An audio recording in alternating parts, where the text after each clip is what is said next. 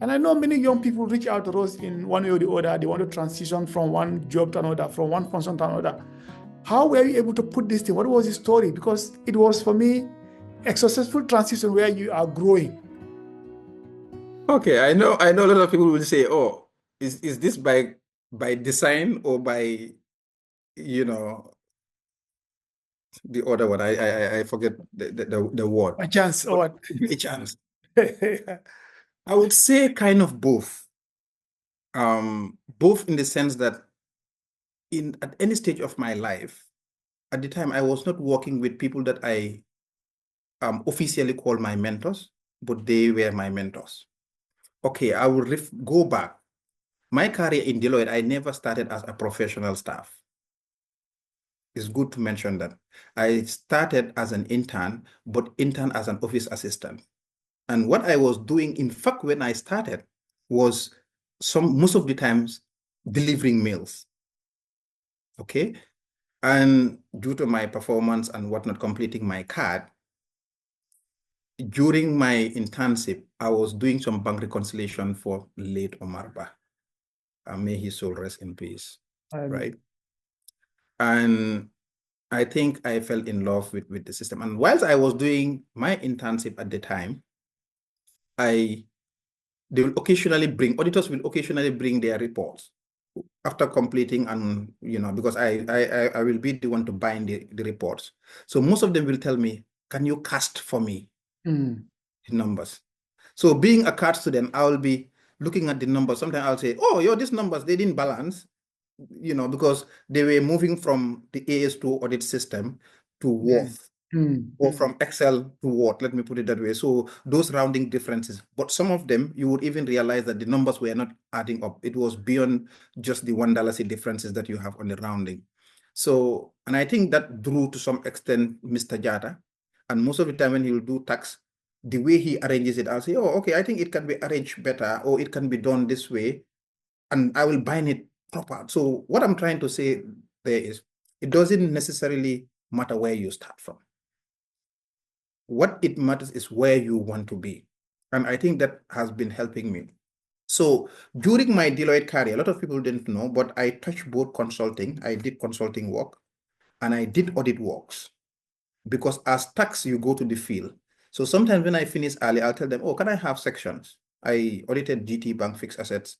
I can remember then GTSC, when they opened newly, I was part of the team, do tax, but I will sift and do some auditing. So I think all these things subconsciously were shaping me.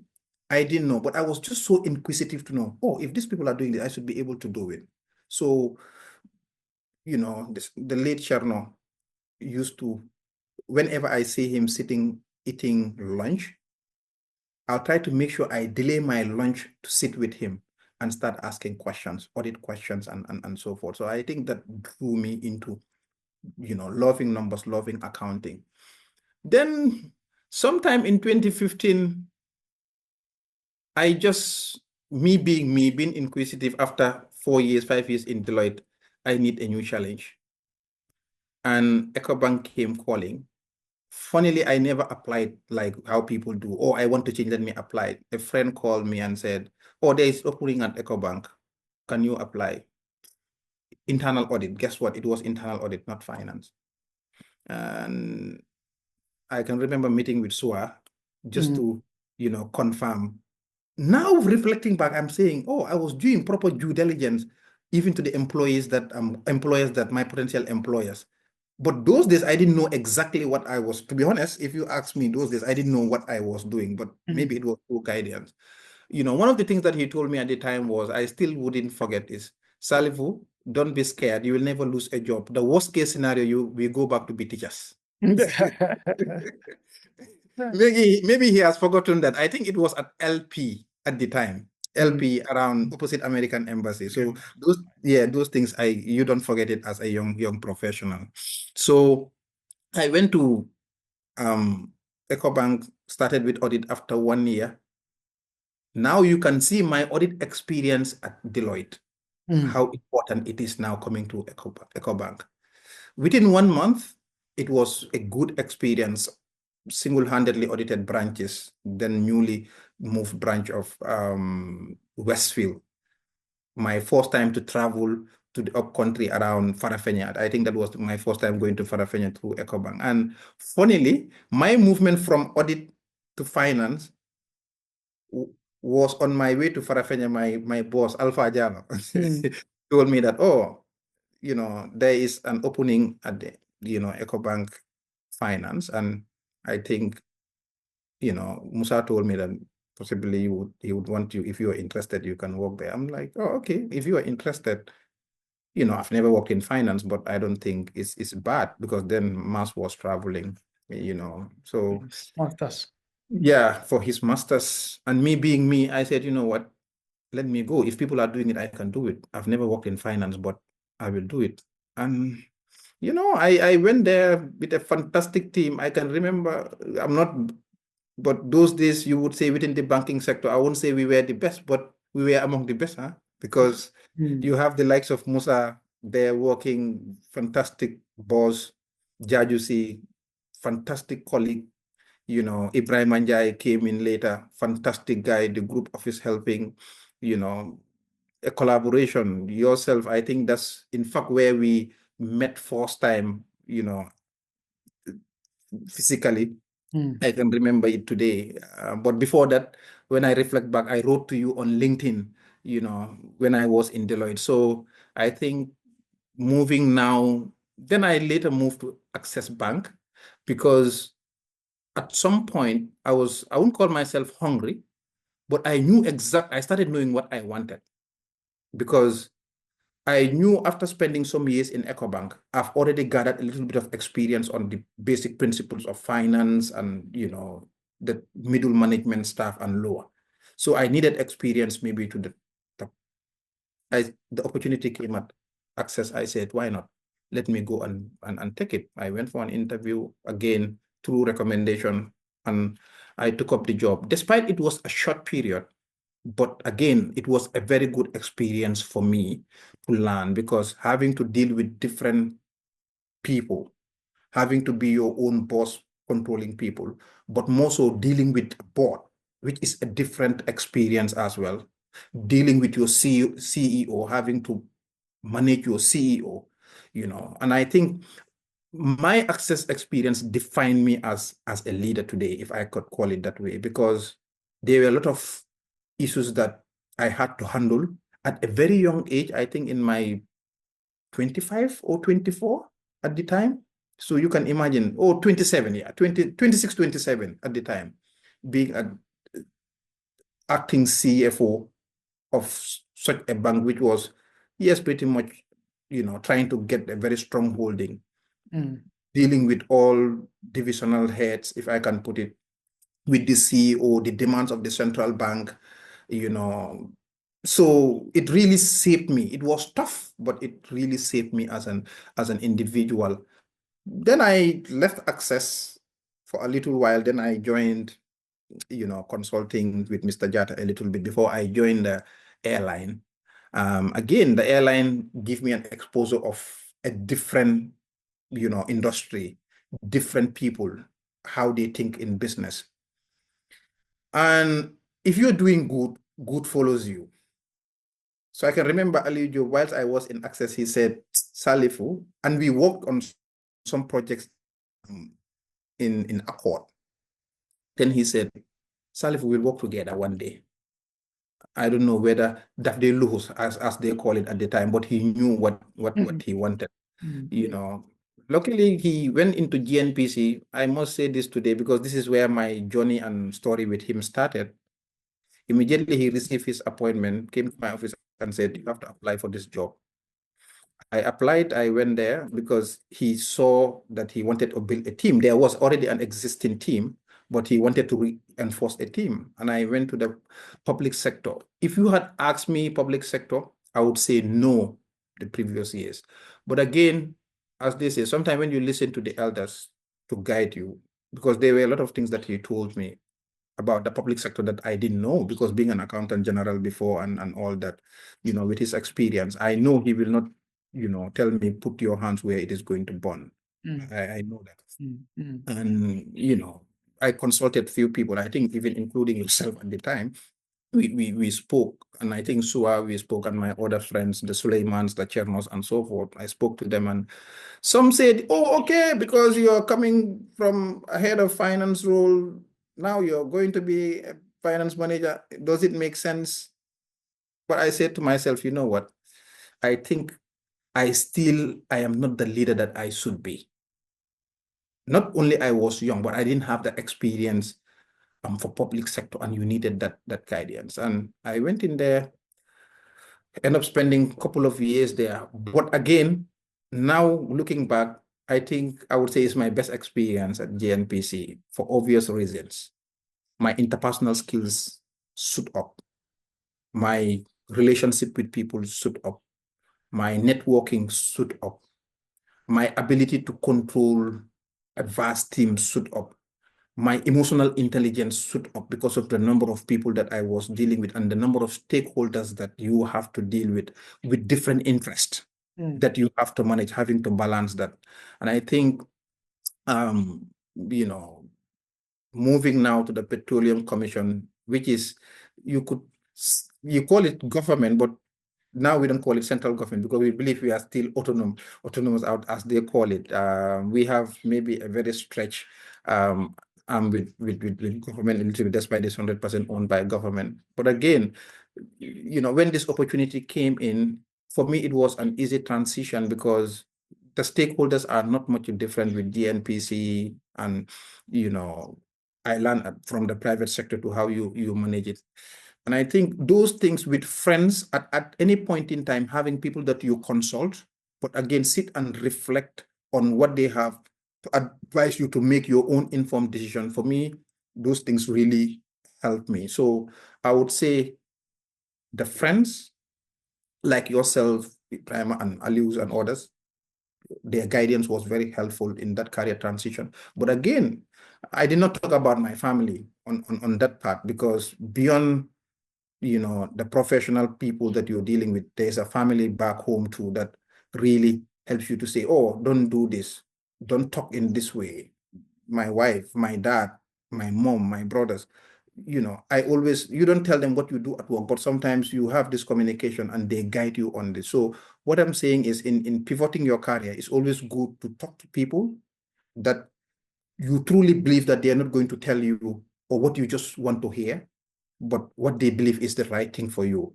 And if you are genuine, you do a self-critic, you end up knowing that, oh, these people, what they're telling me is right or is wrong. And I think that's what really saved my that career transition, engaging with professionals, engaging with family, because all of these things have an impact in your productivity. But I usually tell people this. Just a couple of days ago, I was talking with one young fellow. I tell him, reflecting back, I will not say I would have done things differently, but there are certain jobs that I left early, I would not have. For instance, I would have stayed a little bit longer in Ecobank. One.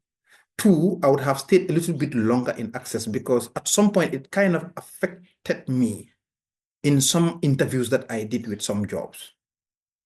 Despite some of them, I had them, but I had to sit and convince people that no, I did this for a good reason.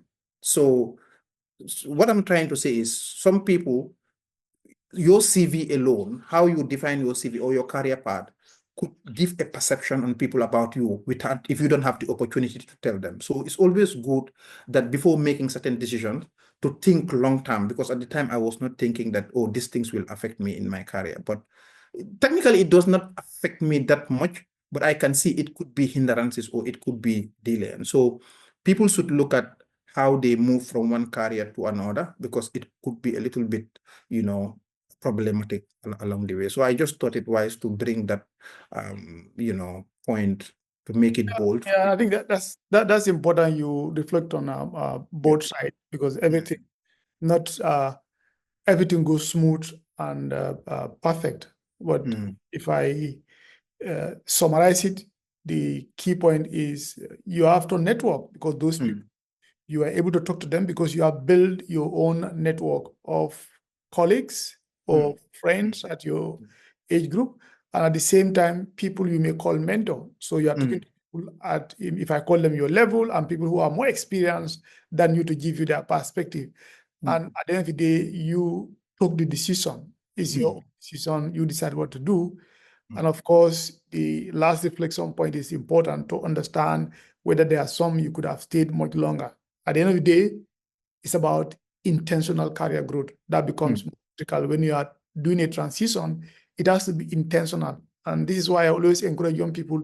It's important for you to have a career plan. Because with that career plan, whatever shape it may be, if I'm being offered a job, is that something you are in line with that? Just today, I got a message from someone on LinkedIn. It's telling me I'm looking for a CEO role, a CEO, COO role for a agricultural company in Dubai. But I said, I'm not interested. It's a big title. Here in the UAE, it could be a good pay, but I have something else I'm thinking about. I'm not interested to transition there for now. So it's important when people are doing a career transition, they look at that aspect. Now we'll talk a bit about leadership in the public sector as well as as a regulator, because where you work in the Petroleum Commission, you are a regulator. And we know that one comes with its own challenges. But let's look at it from a finance director or a CFO perspective. In the corporate world, we know finance help the business, they help in developing a strategy. Finance help in ensuring that the right information gets to the stakeholders like the CEO. But I'm so many of us are going to be curious. How does the role of finance director support the commission? Because this is not probably what we are used to. We don't hear about strategy for Petroleum Commission, strategy, GNPC, all these kind of things. We don't hear them, but we know there'll be a strategy for the corporate. But how does your role help the commission to achieve its objective beyond the conventional, traditional accounting and controls? How do you support the commission to achieve its mandate? Interesting question, because when I was taking this role and having to reach my mentors like you and so forth, I think one of the first things that I was tasked to do or asked to do for myself was to at least create my roadmap for the 100 days of CFO. And what was fascinating is to see I had to talk about numbers, where you talk about profitability, where you talk about revenue coming in. Yes, you will talk about revenue in this sector, but not as significant, because first, what I have to look at, what is the core mandate of the commission? The core mandate is, one, to regulate upstream, right, and promote hydrocarbon potentials of the country. How do I fit in? One, you need friendly policy to attract investors. These policies have impact in maybe the unborn child, right? These policies, because you are talking about a resource that have to be taken off the ground. But before even thinking about those, how do we get these resources off the ground? But as a finance guy, how do I contribute in this? When people are talking about profitability, I'm not talking about profitability. First thing is I'm talking about transparency and accountability, because I'm dealing with public resources. Secondly, how do I bring investors' confidence? Stable regulations, not me, but how the country, because this is where your strategy has to come into play. Coming up with regulations, maybe defining fiscal policies or commercial terms that are very attractive for this. And this requires a lot of research in different industries. Sometimes I reach out to you to reach out to certain people outside. But again, my participation is to help the CEO in terms of accountability and transparency through the forms of reports, but also to come up with strategies to make sure that investors' confidence is upheld in this. And all this transparency and accountability have that element in these investors having the confidence. So that's what my role is. So that's why when I started, I said, now my role is more of dealing with qualitative data than quantitative data,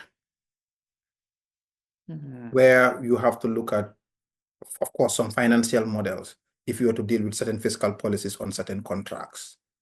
the finance input is required there a lot. Or currently, I'm even coordinating that process of developing a fiscal policy.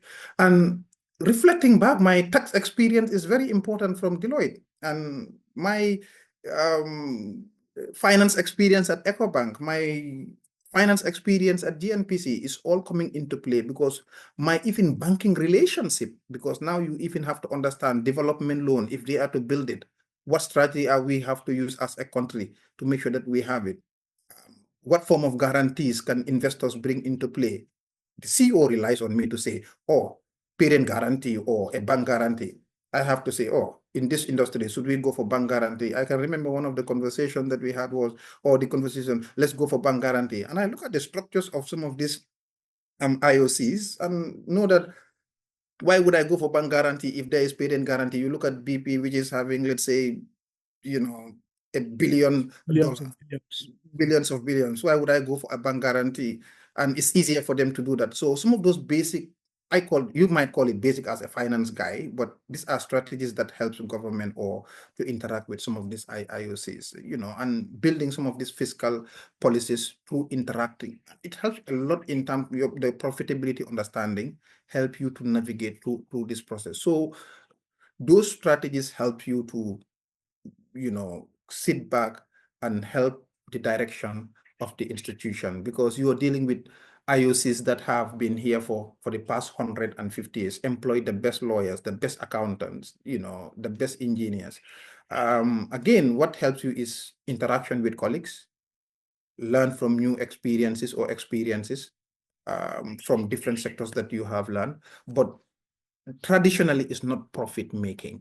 Now, if you ask me what is our biggest strategy, is how do we get oil, or how do we find oil, as they call it, in Gambia. So that strategy, you don't tell me about. Sometimes it's confusing when we are sitting, and sometimes you will say, oh, if the CFO is talking like this, then we're happy, because now I don't even think about profitability. All what I'm thinking is, before you think about profitability, what can we make it enticing to at least get this off the ground, without compromising that whatever you do today as well have a future thing. So you're thinking now, the strategy of thinking 25, 30 years, that's the industry that I am, because you're entering in a contract that is 20, okay, for the force, maybe 5 years, 7 years, the exploration period. But the entire license is about 25 years, 30 years, which is extendable to 50 years, depending on what resources they are found there. So it's very fascinating, but I miss the days of where you have to talk about profitability, top 20 customers. Now, the top 20 customers, I try to look at it, in fact, from our data acquisition. The other time I was looking at data, I said, oh, okay, let me look at the people that are buying our data. Can we pursue those people? What were their interests in the data? What have they found out? How can we pursue them to see what can we add in more? Dealing with geophysical service companies, when they acquire data, how they are dealing with it. But most of my biggest contribution on the strategy is on the transparency and accountability, because you are holding public resources and reporting those key factors, both financial and non-financial. They are critical in shaping our strategy as a commission. So now profitability is something that I think, something. yeah. Yeah, no, because you are creating a value in other form. Profit is an output of value creation. If you look at every organization has a model, but in that model, profit is at the end. That's why we call it the bottom line. Top line is the revenue, and for customers to pay you that revenue, you have to create a value, and that value creation is what you are doing. Profit will come later.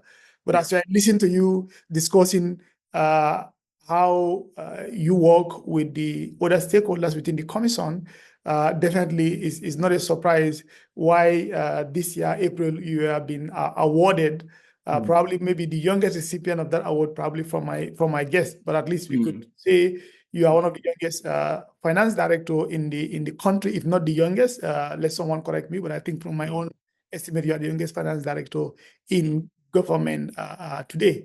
Now, I was talking about the award that you received in Ghana during the Africa Public Finance and the CFO program that happened in. So maybe before you just add that, just Right. to add on my role, and I think that is where it is good for finance professionals to understand that we are partners of our businesses. And now when I sit in rooms, we are sitting with the Minister of Finance, who their objectives is completely different with what the Ministry of Justice is looking at. Not different per se, but they're seeing things from different angle.